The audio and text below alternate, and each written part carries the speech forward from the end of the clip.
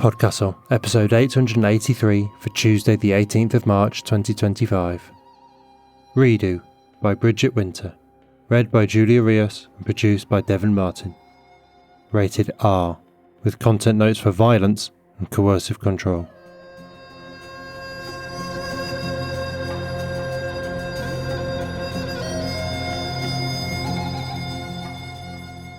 Good morning, good day, good afternoon and good evening, and welcome to PodCastle, the flying castle of fantasy fiction. I am your host, Matt Dovey, and it is my privilege to present for your enjoyment Redo by Bridget Winter, narrated by Julia Rios. This story was first published in New Year, New You, a speculative anthology of reinvention, 2024. This is an important story today, dealing with a topic that's rarely, if ever, broached in genre. That R rating for coercive control up top is not for a passing reference to the topic. It feels more vital than ever to get stories like this out into the world, which is why I'm very pleased to say that our end-of-year fundraiser through December 2024, with its matching fund of $7,000 from some very generous long-time supporters, managed to pull in $7,158, which meant we got everything we could out of that matching fund. Thank you so much for your support, whether you signed up through Patreon, chipped in with a one-off donation through PayPal, or even just spread the word on anti-social media. Getting this shot of funding is essential, particularly as all our careful plans to start taking of US federal grants through our still fresh non-profit status have, had to be thrown out entirely, thanks to certain cultural wrecking balls making sure there's not a single dollar headed anywhere except the billionaire class. And if you wanted to help us spend some of this newfound shiny treasure, then we're open to submissions right now till the end of March, both for general submissions and still for our special Disability Pride and Magic Call, which are separate queues if you can submit to both. Check our website, podcastle.org, for all the details you could ever need. Bridget Winter is a writer, photographer, award-winning narrative game designer and the executive director of Young Playwrights Theatre, a DC-based non-profit that inspires young people to realise the power of their voices through creative writing. She is a 2023 alumna of Viable Paradise, and her short fiction is published in City of Weird, 30 Otherworldly Portland Tales, and New Year, New You, a speculative anthology of reinvention. Her unpublished novel, The Normal Monster Club, was a 2024 PNWA Literary Awards finalist, and her game, Psychic Trash Detectives, won the 2024 Crit Award for Best Indie TTRPG. Julia Rios is a queer, Latinx writer, editor, podcaster and narrator, whose fiction, non-fiction and poetry have appeared in Latin American Literature Today, Lightspeed and Goblin Fruit, among other places. Their editing work has won multiple awards, including the Hugo Award. Julia is a co-host of This Is Why We're Like This, a podcast about how the movies we watch in childhood shape our lives, for better or for worse. They've narrated stories for Escape Pod, PodCastle, Pseudopod and Cast of Wonders. Find them on Twitter at OMGJulia. Now pay attention, for our tale is about to begin, and I don't want you to have to rewind it.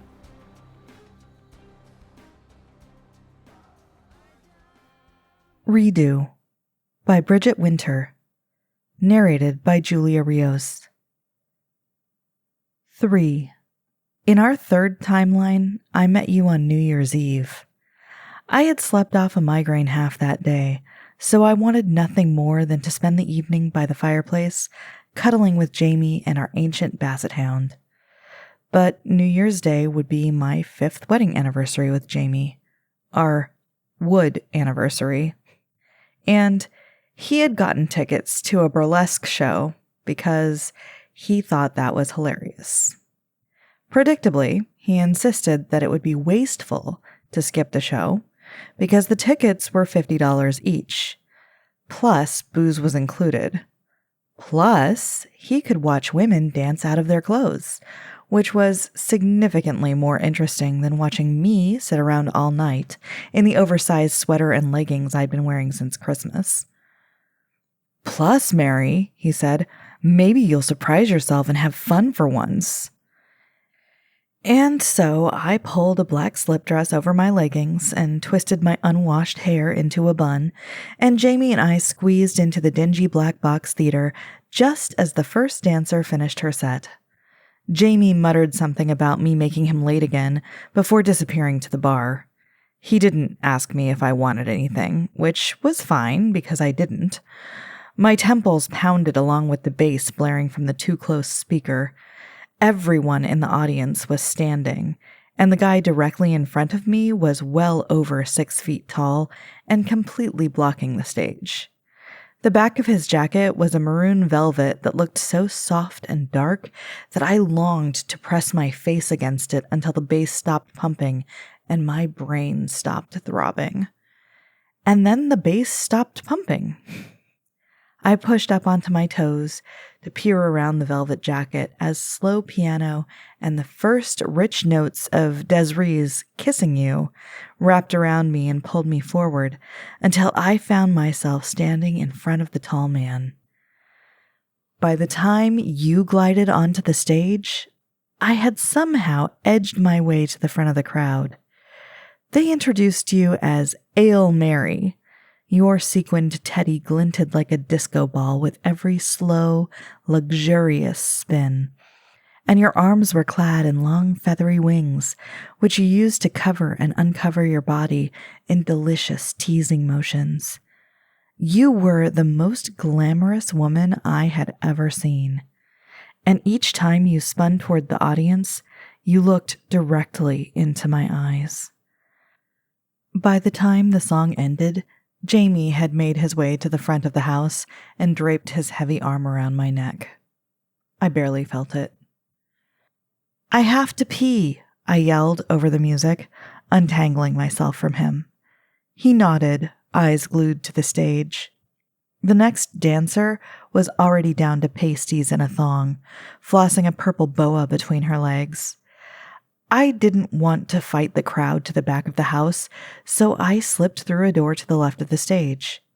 I realized my mistake as soon as the door clicked shut behind me, and an icy wind whipped down the alley outside the theater with enough force to make my eyes water. Shit! I grabbed the door handle and yanked. Nothing. Shit! I spun around and growled, eager to kick the nearest dumpster or brick wall or some other big hard alley thing, and nearly collided with you. My eyes pricked with embarrassment, but I was not going to cry in front of you. You extended a gloved hand. You were holding an old-fashioned cigarette holder, smoke curling off the tip and spiraling into the frosty air in serpentine curls. "Wanna drag?" I don't smoke." "Me neither." You laughed, and your whole body shook with a raw, chaotic energy that complicated the graceful, glamorous persona you'd presented on stage. I needed some air, so I bummed this off one of the gals. I found this prop cigarette holder in the green room. Couldn't resist trying it out. I shuddered as another frigid blast of air cut through the alley, bringing a swirl of snow flurries. You stopped laughing. "Oh, shit. I'm so sorry, darling," you said. "I'm blabbing while you're freezing. I think I'm still jittery from my set. I always talk too much when I'm jittery." As you spoke, you unwrapped the fat infinity scarf from your neck and draped it over my shoulders like a shawl. Your hands brushed down the side of my arms as you did it, and I smelled your perfume, sweet jasmine and vanilla mingling with something muskier. I shivered again at your touch, a rush of warmth heating my cheeks and tingling over my scalp and down my spine. "Why, jittery," I shivered. "You are amazing." "Thank you." You grinned and dipped into an exaggerated bow. "Getting all jittery is part of the fun of performing. I'd have to drive off a cliff for the same adrenaline high I get from dancing." You winked. "Dancing's safer." I reflexively looked down, away from the wink, and right at your chest. Without your scarf, your cleavage rose over the scooped collar of your faux fur jacket. Your breasts were covered in goosebumps. If you're going to stare at my boobs, it's only polite to tell me your name. Oh, sorry. My cheeks went hot again. I'm Mary. You gasped. You're kidding me. I'm not. I wanted nothing more than to melt back through the locked door and vanish into the crowd. I'm also Mary, like legally, not just for the show. Well, Marian, technically, but it's close enough. That means I'm obligated by law to show you the nearest open door back inside. You grinned again, which is a shame because I'd really like to keep talking to you. You were standing so close that I could feel your warm breath against my shoulder. I could see your smile lines cracking the makeup around your hazel eyes, the way you kept licking the red lipstick off the inside of your lips, the way your tongue... I'm married, I announced, and then instantly wished myself dead. You laughed again. The snow flurries collecting on your false eyelashes sparkled in the light from the street lamp illuminating the alley. Me too, you raised an eyebrow. Buy you a drink?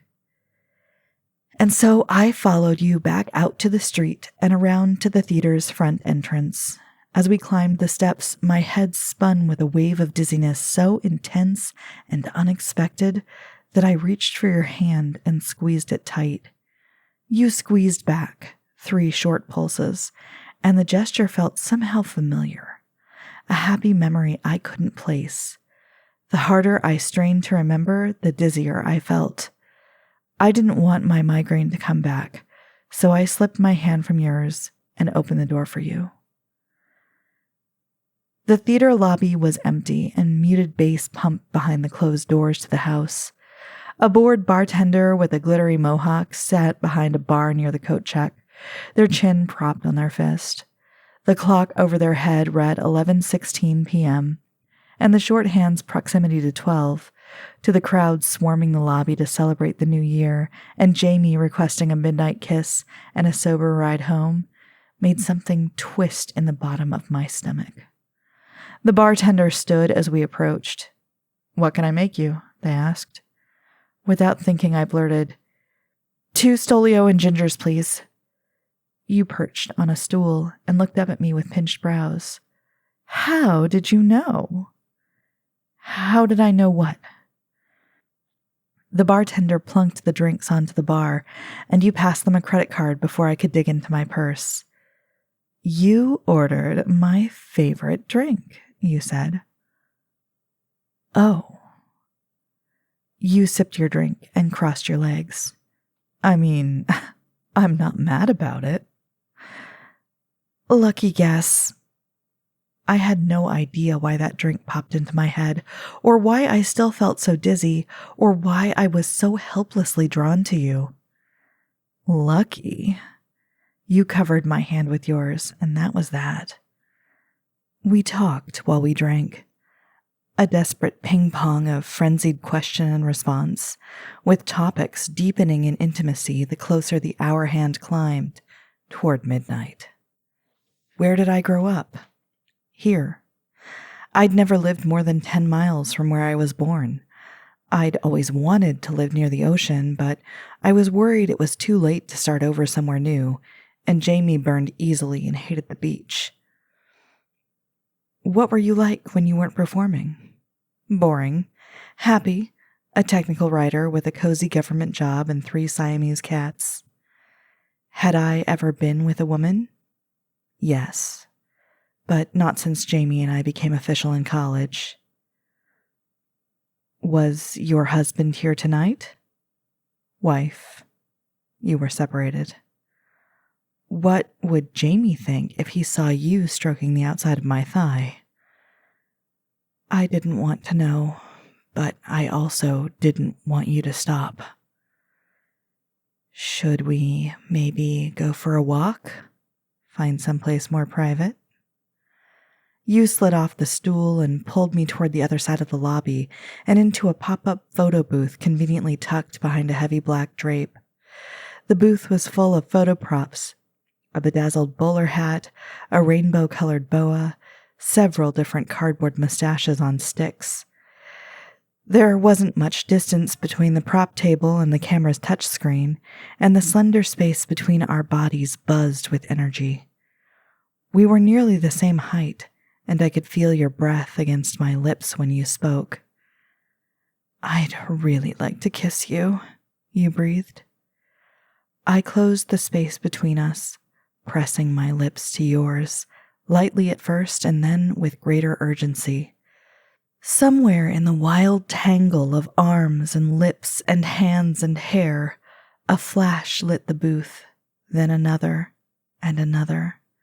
You pulled away from me, laughing and pointing at the camera. "Guess we'll have a souvenir to remember tonight," you panted. "Like it's possible to forget how you taste." "How do I taste?" I smirked.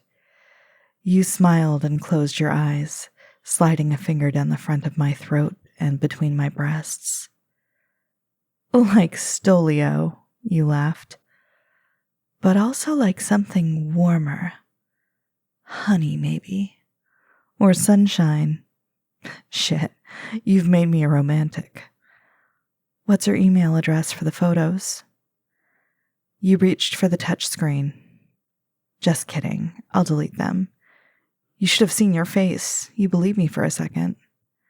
And then we watched the photos fade into a text screen, and my chest squeezed so tight I couldn't breathe. "Thank you for sharing photos to our live album. Follow @BigTeasBurlesque to see how you look." 7. "That's how I found out what you'd done," Jamie says. "At least that's how it worked in our third redo. I got to learn you cheated with her again in a Facebook album along with the rest of the world." Jamie shuts his eyes and takes a deep breath, in and out. I imagine him counting to 3 slowly the way our couples therapist taught him. "It took longer in other timelines," he says. "Sometimes years." A dull pain throbs behind my eyes, blurring my vision. So much of the story he told me seems familiar. It feels distant, like something I overheard years ago at a cocktail party, or the plot of a book I haven't read since high school, but somehow undeniably true. I slide my wedding ring up and down my finger. It's grown tight over the past 20 years, and it digs in sharply each time I force it over my knuckle. The pain grounds me. And I remember. I remember details from the story Jamie told me, but also other things. A tall man with a maroon jacket. Desiree. Your face. The way your laugh bounced off the alley walls. Your fingers in my hair. Tart orange on your tongue. I remember all of it. "I don't remember," I tell Jamie, pressing my fingers against my throbbing temples. "I don't remember any of it." "Of course you don't." His voice is velvet. He sits next to me on our big, comfy sofa and strokes my hair. "I shouldn't have pushed you to go to the show that night. I didn't in our fourth timeline. We stayed home, made a fire, watched the snow fall outside. It was perfect. I felt so close to you." He pulls my head against his shoulder. "I love taking care of you." "What do you mean?" My body stiffens each time he strokes my hair, but I know I shouldn't pull away. Not if I want to hear more. And I want to hear everything. "Your headaches were so much worse after that fourth jump. Not an uncommon side effect of the redo process. So we stayed home more often. We made adjustments to keep you healthy." "We made adjustments to keep you healthy." His words shudder down my spine and twist around my stomach, drive me from the couch to the big front window, the one that looks out over the beach.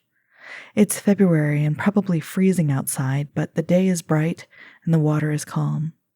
Jamie moved us here a decade ago, one of the most thoughtful things he ever did for me. And then he made partner faster than anticipated, and my migraines got so terrible and unpredictable that he encouraged me to stay home and pursue my art full time. A big canvas with a half-finished painting of a sunset rests on an easel by the window. Did he move us here because he thought it would make me happy? Or because we'd be 600 miles away from you? How many times? I ask him.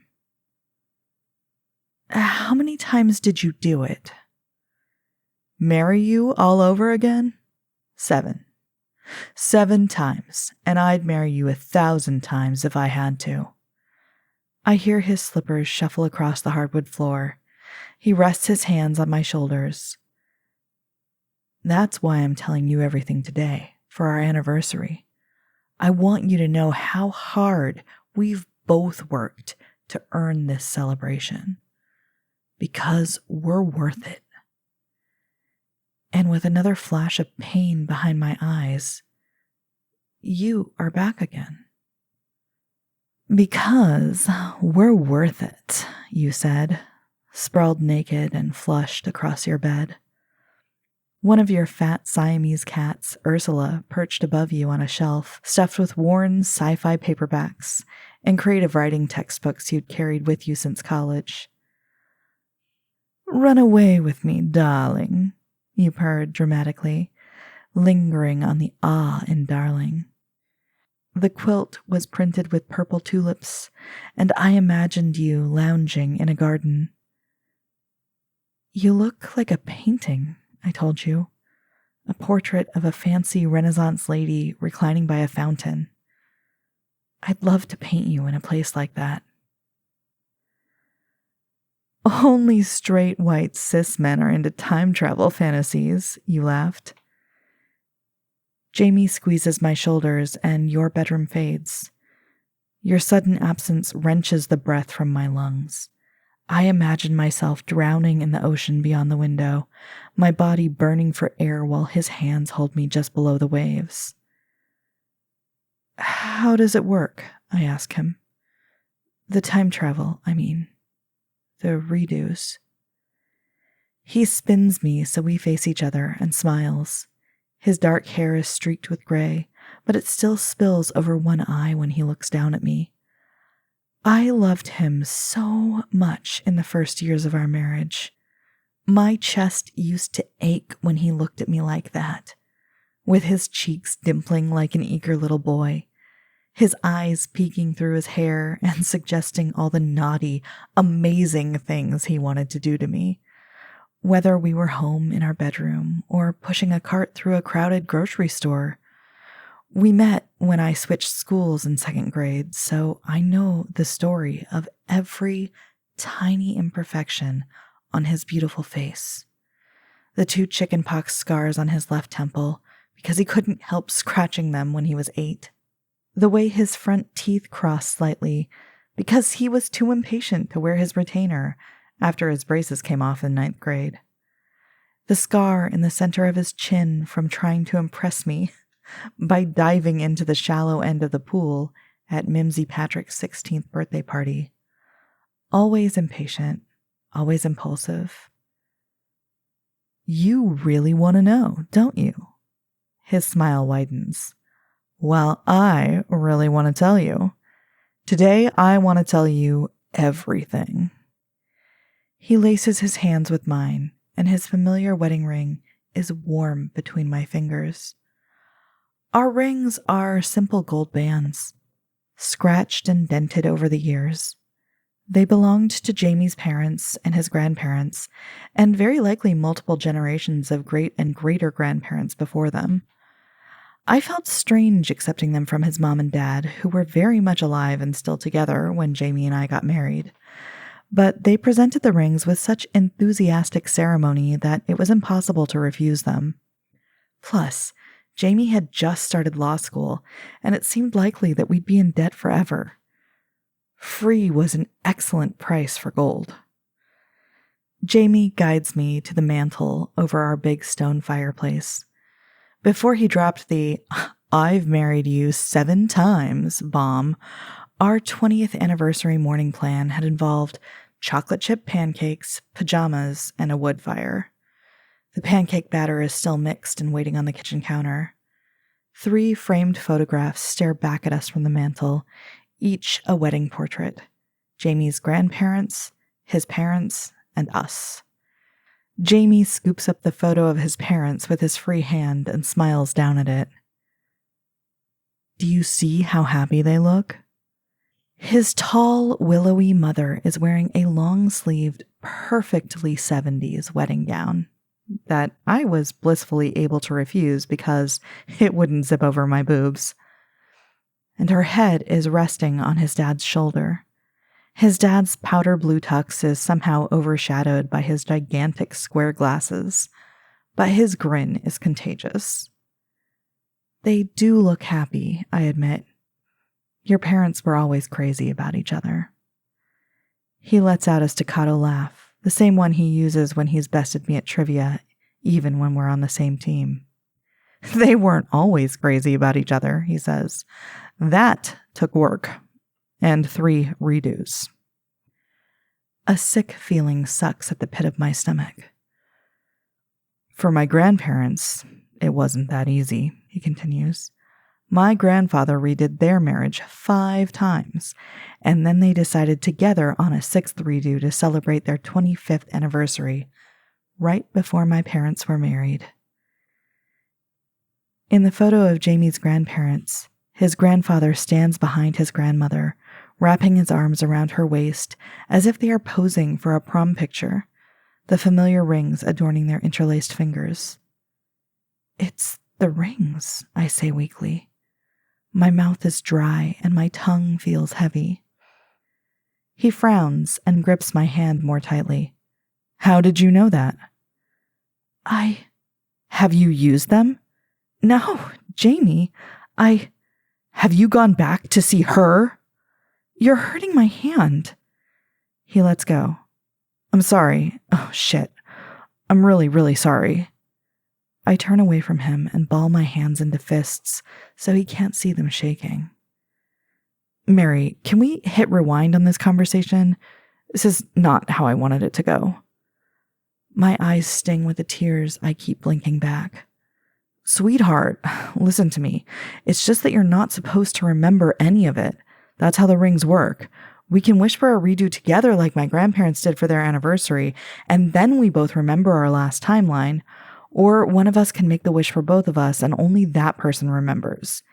Either way, we always go all the way back to the morning of our wedding day and start over again. Each time, I've made the wish on my own. The memory of the redo has been my burden to carry, and I've been honored to carry it. My head throbs again, and I'm dizzy with all the truths I'm fighting to hold at once. The truth of what Jamie has done, but also the dozens of electric conversations I shared with you on the commuter train where we met in our first timeline together. The impossible softness of your skin, your loud and bawdy humor, your vintage lingerie collection, the way you'd snore into my hair when you fell asleep right after sex. And at the center of all of it, the sudden, deep, throbbing ache of the loss of you, of the many lives he stole from us. Mary, love. He grabs my arm, too hard, and I spin free of him, nearly tripping over the Lego castle Annabelle built last night before bed. Annabelle. My God. I sink into the sofa. Jamie, I need to know something. He nods. Anything. He sits next to me and slips his hand under mine. His eyes are big and mournful. He wants to make this right.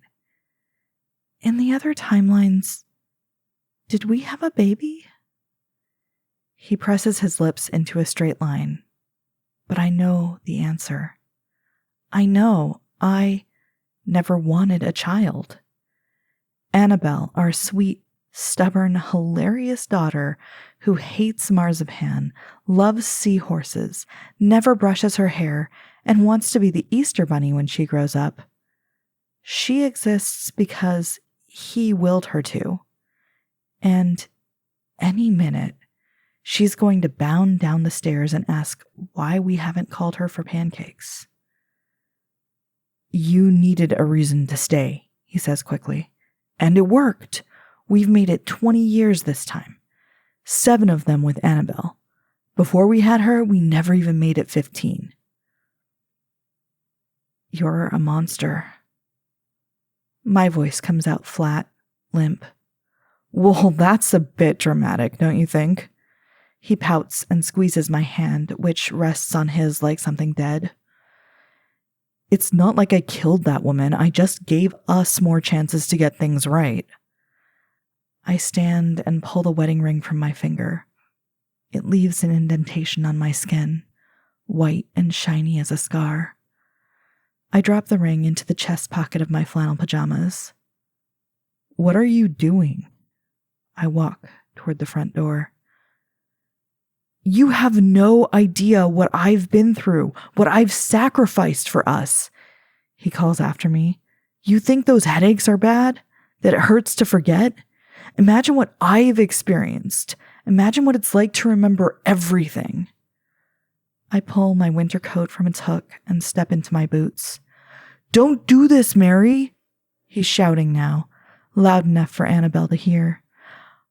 I've started my career over 7 times. 7 times! I went from senior partner all the way back to first-year associate. 7 times I watched my father die, watched my mother fall apart grieving him. 7 times I watched you leave me again and again for that woman, no matter how hard I worked to take care of you. I wrap my fingers around the doorknob. It's cold and hard in my palm. He doesn't understand what he's done, what he's taken from me, from you. And I don't need to explain it to him. I don't want the last word. I want my freedom. 3. You looked from the photo booth touchscreen to my stricken face and back to the screen again. Well, I guess we're screwed, you said. My heart pounded and my cheeks burned.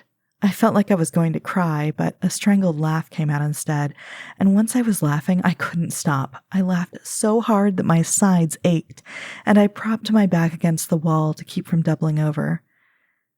It's not funny. You crossed your arms and pressed your lips together, but soon you were laughing too, and then tears were streaming rainbow rivulets of eyeliner down your cheeks. Is this fate? You hiccuped. Am I doomed to mess up every good thing in my life? I forced down a few deep breaths until I could speak without laughing or sobbing. I don't believe in fate, I said.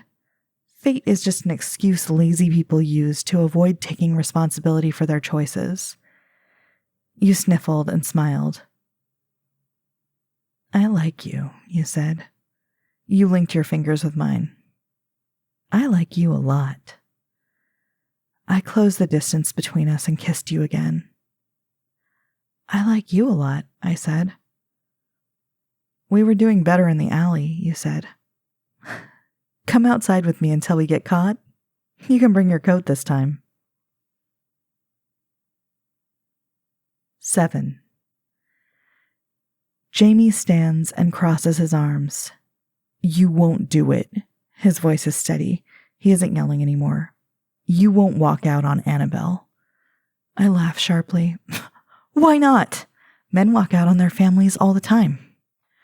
The words taste bitter in my mouth. I take a deep breath and change course, walking back toward the kitchen. What are you doing? Making breakfast for Annabelle? He follows me. This is the right thing, Mary. I click on the gas stove. The burner flames a searing blue. You can't go back, you know. He rests his big hands on the counter, fingers splayed, trapping me in the corner by the stove. I can barely move my arm in a wide enough circle to scoop the pancake batter into the pan. Those other timelines were erased the second we left them, he says. Everything you shared with that woman is gone. She won't know you if you find her. He grabs my forearm and squeezes so hard that I drop the spatula. Will you stop for a moment and listen to me? This is important. Let go. I try to pull my arm away, and he tightens his grip. I've learned from my mistakes and grown into a better man because of you. He presses his body against mine, bracing himself against the counter with his free hand. The hard marble digs sharply into my lower back. I can't breathe. Jamie, back up, please. I need air, and he's so much bigger than me, and he won't let me go. He'll never let me go. I've given you everything you asked for, everything you needed, even when you didn't know you needed it yet. And everything he's given me, his lies, my headaches, our beautiful child, this gilded cage we live in, will tether me to him whether I walk out that door or not. And he knows it. Mary. His lips curl into a boyish half-smile. Unless... My heart pounds so hard that I can hear the blood rushing in my ears. I reach behind me, feel for the familiar edge of the wooden block, and then I pull the carving knife from its slot and slam it down on the counter. The knife slices through his fingers with a thud and then clicks against the marble. He shrieks, releasing my arm and crumbling to the floor. He leaves his severed fingers on the counter by the mixing bowl. I pick up Jamie's ring finger with a shaky hand. It's slick with blood and the wedding band slides off easily. My God, Mary! Jamie sobs and curls his body around his wrecked hand. What are you doing? I pull my wedding band from my pocket and slip it back on. I push his ring onto my middle finger and flip him the bird. Erasing this timeline, I say. My stomach lurches. The kitchen falls away and I plummet through harsh white space. I tumble heavy, accelerating too quickly. A bright, searing pain behind my eyes. The sharp scent of burning hair. A ripping sensation as 20 years of life are shorn from me, layer by layer. Jamie, Annabelle, love, fear, guilt, resentment, every beauty and every horror equally excruciating as they tear away. And then, weightlessness, humming warmth. I shut my eyes and savor the slow, steady beat of my heart. My feet find the earth. I open my eyes and take back my life. 1. I finish my story. The sun is starting to set over the tulip garden, and the cool breeze prickles my arm. I imagine the truth I've loosed skimming across the rows of purple flowers and vanishing over the horizon, free. I should feel relieved, but a tight, stuck feeling hardens in my chest. I'm not ready to look at you, but I can hear you breathing beside me, steady and even. Bit much for a first date, huh? I ask with a strangled laugh. You don't say anything, but you also don't leave. I extend my hand and peer between my fingers to watch the colors shift over the horizon, from soft pink to flaming orange. My 2 gold rings shimmer in the sunset glow. And then you catch my hand and lace your fingers through mine, running your thumb across the rings. My pulse quickens at your touch, same as always. My need to hold you, to have you, is an unbearable ache, but this has to be your choice. My eyes find yours. So, what happens next?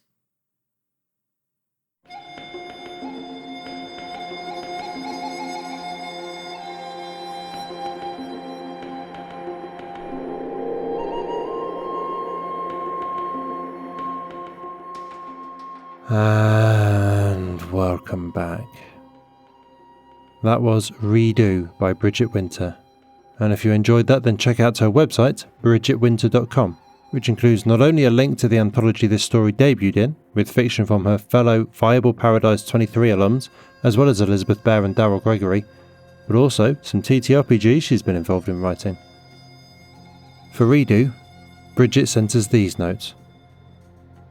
As a 90s kid who grew up on Quantum Leap and Back to the Future, I have always been fascinated by stories about time travel and redemption. These stories pose a seductive question. What if I could change the past to make the future better? But better for whom? Who decides what needs fixing? What if everyone hasn't opted into that change? Do we ever have the right to change someone's fate without their consent?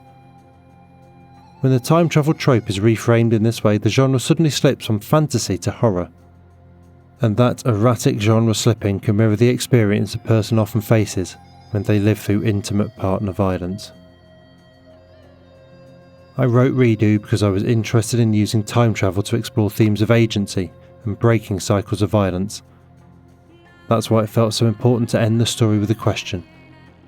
Like Mary, you were invited to consider this narrative, to be moved by it or not, and to decide what happens next.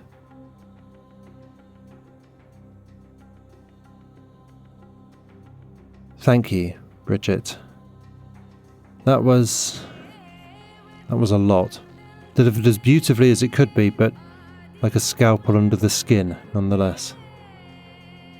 Coercive control is such an awful thing to do to someone else, and it's so pernicious and slippery that it's only been a crime in the UK for 10 years. Were this story told from Jamie's perspective, it would absolutely present him in the way he sees himself.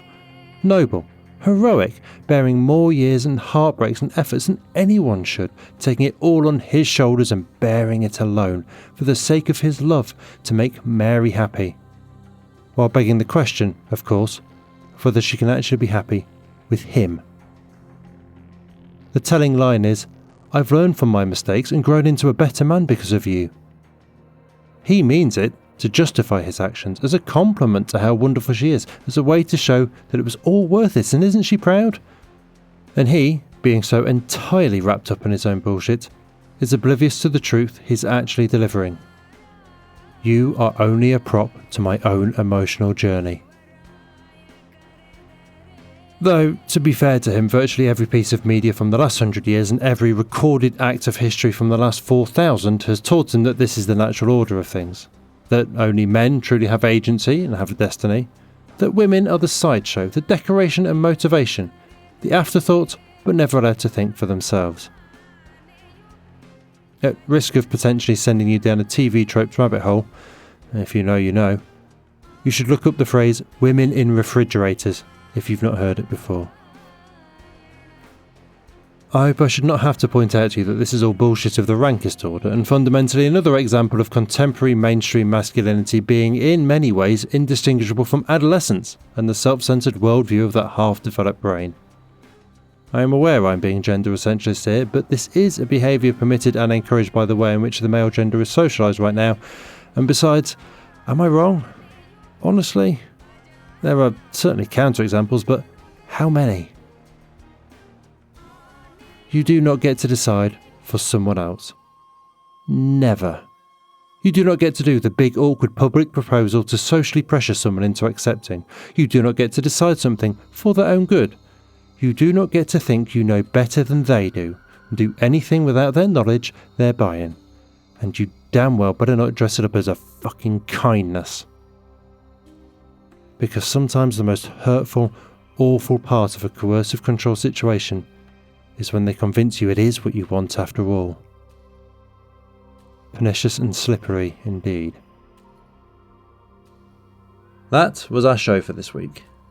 On behalf of everyone at PodCastle, your co-editors Shingai Enjoro Kagunda and Eleanor R. Wood, assistant editor Caitlin Tavanovich, audio engineers Devin Martin and Eric Valdez, and our many wonderful first readers, Andrew Cahoe, Craig Jackson, Amalia Harrington, Julia Patt, Kieran Corsaini, Ryan Cole, Sarah S. Messenger, Shrikripa Krishna Prasad, Tava Nova, Tierney Bailey, Zeev Witties, and myself, Matt Dovey. Thank you for letting us share another story with you. The legal bit. PodCastle is part of the Escape Artists Foundation, a 501c3 non-profit, and this episode is distributed under the Creative Commons Attribution Non-Commercial No Derivatives 4.0 international license. That means you can share it, and please do, but you cannot sell it, and you cannot change it. If you want specifics, check creativecommons.org. Our music is by Shiva in Exile. Everything we do on PodCastle is 100% donor funded, and if you'd like to support what we and the rest of EA do, please join us on our Patreon at patreon.com/EApodcast. Prefer another method? There's details for supporting us via Twitch, Amazon Prime, Ko-fi and PayPal on escapeartist.net. We'll be back next Tuesday with another fantastic tale.